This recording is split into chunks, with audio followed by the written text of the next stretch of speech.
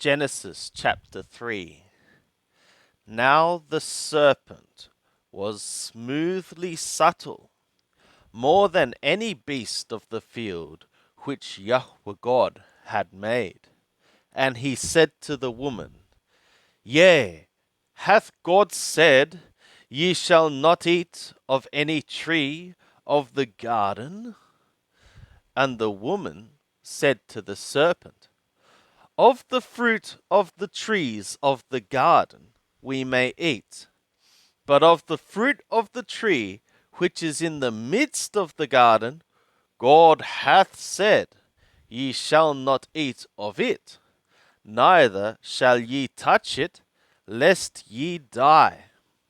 And the serpent said to the woman, Ye shall not surely die, for God doth know that in the day ye eat thereof, then your eyes shall be opened, and ye shall be as God, knowing good and evil. And when the woman saw that the tree was good for food, and that it was a delight to the eyes, and that the tree was to be desired to make one wise, she took of the fruit thereof and did eat, and she gave also to her husband with her, and he did eat.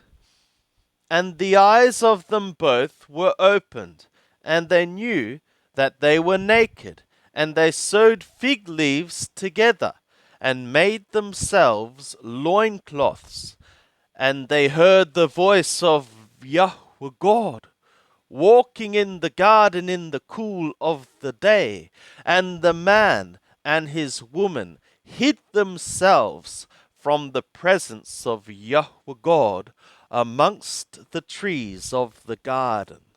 And Yahweh God called to the man and said to him, Where art thou?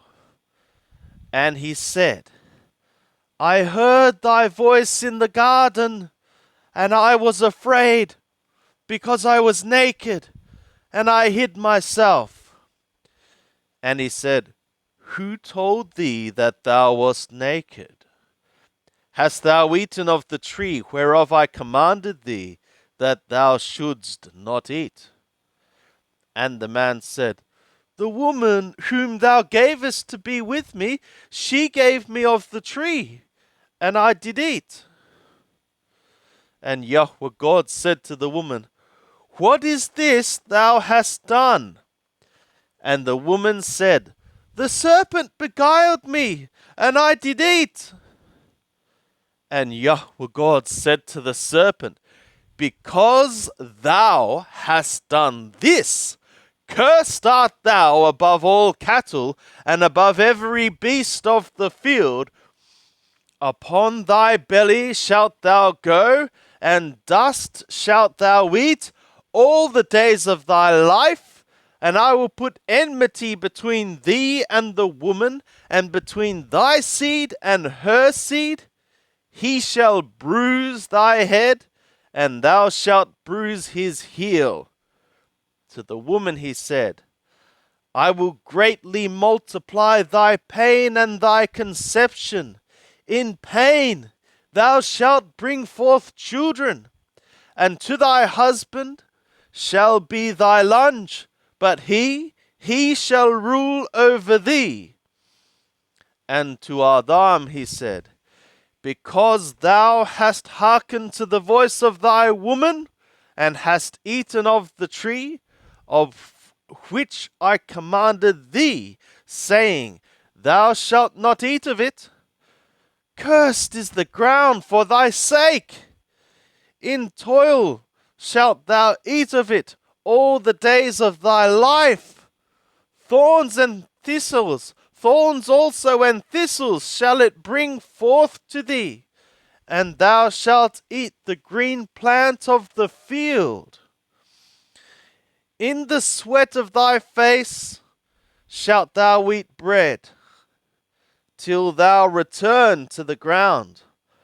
For out of it wast thou taken, for dust thou art, and to dust shalt thou return. And the man called his woman's name Hawa, because she was the mother of all living. And Yahweh God made for Adam and for his woman coats of skins, and clothed them. And Yahweh God said, Behold, the man is become as one of us, to know good and evil. And now, lest he put forth his hand, and take also of the tree of life, and eat, and live forever. Therefore Yahweh God sent him forth from the garden of Eden, to till the ground from whence he was taken.